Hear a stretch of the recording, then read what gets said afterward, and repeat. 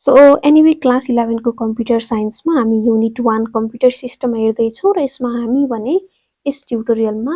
Last topic cover गर्दैछौँ unit 1 को which is hardware interfaces interface means that medium हो कि इन्टरफेस भनेको कुनै पनि दुईटा कुरालाई कनेक्ट गराउने मिडियमलाई हामी इन्टरफेस भनिन्छ सो हार्डवेयर डिभाइस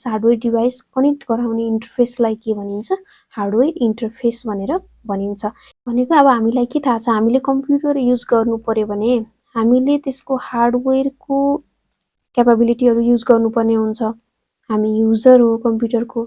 हामी डाइरेक्ट हार्डवेयर युज गर्न सक्दैनौँ ओएसले हामीलाई के गर्छ त्यो कुरामा एसिस्ट गर्छ सो ओएसले के को काम गर्ने भयो युजर र हार्डवेयरहरूको बीचमा एउटा इन्टरमिडिएट एउटा इन्टरफेस प्रोभाइड गराउने काम गर्छ जसमा हामीले एप्लिकेसन प्रोग्रामहरू युज गरेर एक्सेस गरौँला सिस्टमलाई अथवा कुनै वेबाट एक्सेस गरौँला त्यस्तै हार्डवेयर इन्टरफेस भनेको हाम्रो कम्प्युटर सिस्टममा हामी एक्सटर्नल इनपुट आउटपुट डिभाइसेसहरू कनेक्ट गर्नु पर्यो भने हार्डवेयर इन्टरफेस युज हुने भयो which can be a parallel ports, serial ports, USB ports, HDMI and expansion slots किनकि यहाँ parallel, serial, USB portsहरू दिन गएर HDMI छ expansion slotsहरू छ हामीले हेर्नुपर्ने फर्स्टमा हामीले के बुझ्यौं भने peripheral डिभाइसेसहरू जुन इनपुट आउटपुट डिभाइसेसहरू that can be connected to computer in several ways हामीले several ways मा डिभाइसहरू कनेक्ट गर्न सकिन्छ हार्डवेयर इन्टरफेस भनेको एउटा पोइन्ट हो where a connection is made between two hardware devices भनेको हाम्रो कम्प्युटरमा के हुन्छ USB पोर्ट हुन्छ त्यहाँ हामीले के कनेक्ट गर्न सकिन्छ माउस कनेक्ट गर्न सकिन्छ सो हाम्रो कम्प्युटर सिस्टम पनि अलरेडी अब एउटा हार्डवेयर डिभाइस भयो माउस पनि हार्डवेयर डिभाइस भयो त्यो पोर्टले के गर्ने भयो त्यो पोइन्टले के गर्ने भयो दुईटा हार्डवेयर डिभाइसको बीचमा चाहिँ कनेक्सन क्रिएट गरिदिने भयो so it is the point where connection is made between two hardware devices. It is also called as port, IO port पनि भनियो that can be either internal or external port. External portsहरू भनेको used to connect external devices like modem, mouse, printer, flash drives, etc. हो भने internal ports are used to connect internal devices like disk drives, CD drives and other internal devices हरु अब यहाँ IO port लाई define गरेको definition नै हेरौं यसको IO ports are used to connect input and output devices to computer these are the slots in motherboard in which cables of external devices are plugged in for communication भनेको जुन device external device हामी connect गर्दै छौं त्यसको cable connect गरेर हामी के गर्छौं कम्युनिकेसन गर्छौं अब एक्सटर्नल डिभाइसेसहरु त हामीले हाम्रो सिस्टममा मल्टिपल वेमा कनेक्ट गर्न सकिन्छ लाइक ब्लुटुथ अथवा हामी नेटवर्कहरुको थ्रुबाट पनि कनेक्ट गर्न सकिन्छ तर यहाँ हामी जुन हेर्दै छौं यो भनेको हामीले फिजिकल्ली आइओ पोर्टहरुमा कनेक्ट गरेर युज गरिने कुरा गर्दै छौं हामीले एक्सटर्नल माउस किबोर्ड युज गर्यौं त्यहाँ यूएसबी पोर्टमा कनेक्ट गर्छौं हामीले फ्ल्याश ड्राइभ अथवा पेन ड्राइभ कनेक्ट गर्नु पर्यो भने पनि हामी यूएसबी पोर्टमा नै कनेक्ट गर्न सक्छौं देन हामीसँग माइक्रोफोन कनेक्ट गर्नु पर्यो भने हामीसँग त्यसको लागि सेपरेट पोर्ट्स हुन्छ अथवा यूएसबी पोर्टमा नै कनेक्ट हुने खालको माइक्रोफोन स्पिकरहरु पनि अवेलेबल हुन्छ so there are various types of ports available in our computer like this but not limited to this भनेर बुझ्नु पर्यो हामीले so let's begin with parallel port at first एकदम ब्रिफली हेर्छौं हामी प्यारलल पोर्ट्सहरु भनेको generally used for connecting scanner printer यो चाहिँ के छ भने प्यारलल पोर्ट्स भनेको as its name suggest parallel भनेको के हो parallel means simultaneously multiple data बिट्सहरु साइमल्टेनियसली के हुन सक्छ ट्रान्सफर हुन सक्छ प्यारललको सिनेरियोमा भने हामीसँग अर्को के छ सिरियल छ सिरियल भनेको के हो भने यो भनेको वान एट अ टाइम भनेको सिरियल भनेको data bits are transfer parallelly or simultaneously multiple बिट्सहरु सिरियलको केसमा वान एट अ टाइम हुने भयो त्यो हुने बित्तिकै प्यारलल फास्टर हुने भयो सिरियल स्लोअर हुने भयो so it is used for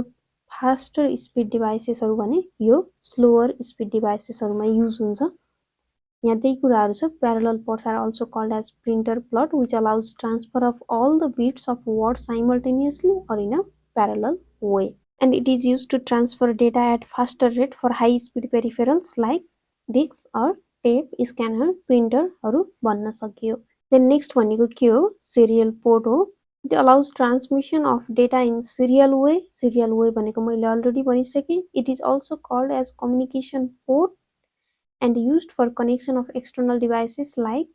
modem mouse keyboard older पीसीहरुमा चाहिँ मोडेम माउस किबोर्डहरु यसैमै सिरियल पोर्टमै कनेक्ट हुन्थ्यो भने अहिले त माउस किबोर्ड मोडेमहरुको लागि पनि USB पोर्टहरुमा कनेक्ट हुन्छ and it is cheaper than parallel ones. Only one wire or line used to transfer data. Single data bits at a time हुने भयो यसमा त्यही भएर but in parallel multiple line अथवा wire हुन्छ to transfer data. It is used for slow speed peripherals like keyboard, mouse, modem, etc. But modern scenario मा हेर्ने हो भने यो जुन टेक्स्ट छ यो भनेको ट्रेडिसनल सिनेरियोलाई हेरेर भनेको टेक्स्ट हो अहिलेको मोडर्न सिनेरियोमा हेर्ने हो भने फेरि USB पोर्ट्स जुन छ त्यो सिरियल पोर्ट्सको नै एउटा फर्म हो जुन के हुन्छ एकदमै हाई स्पिड ट्रान्सफर हुन्छ यसमा देन छ हामीसँग USB पोर्टको बारेमा USB stands for universal serial bus यो भनेको हामीलाई एक्जाममा फुल फर्मको लागि पनि जान्नुपर्ने हुन्छ MCQ मा सोध्न सक्छ it is the universal ports that is used to connect almost every peripherals to the computer system एकदमै धेरै टाइप्स अफ पेरिफेरल्सहरु कनेक्ट गर्न सकिन्छ USB पोर्टको थ्रुबाट त्यही भएर पनि यसलाई युनिभर्सल पोर्ट्स भनेर पनि भनियो like external hard disk printer scanner mouse keyboard एसेक्ट्राहरु not only limited to this है there are a minimum of 2 USB ports provided in most of the computer system आफ्नो कम्प्युटरमा माउस कनेक्ट गर्नुभएको छ होला कीबोर्ड कनेक्ट गर्नुभएको छ होला अथवा अरु कुनै डिभाइसेसहरु कनेक्ट गरेर युज गर्नुभएको छ होला आफ्नो ल्यापटपमा हेर्नुस् कम्प्युटरमा कुनै डिभाइसेसहरुमा भने 2 भन्दा बढी पोर्ट्स पनि हुन सक्यो it is a high speed serial connection यो सिरियल कनेक्सन पोर्ट नै हो but high speed modern serial connection port भनेर बुझ्नु पर्यो which is much faster than older serial ports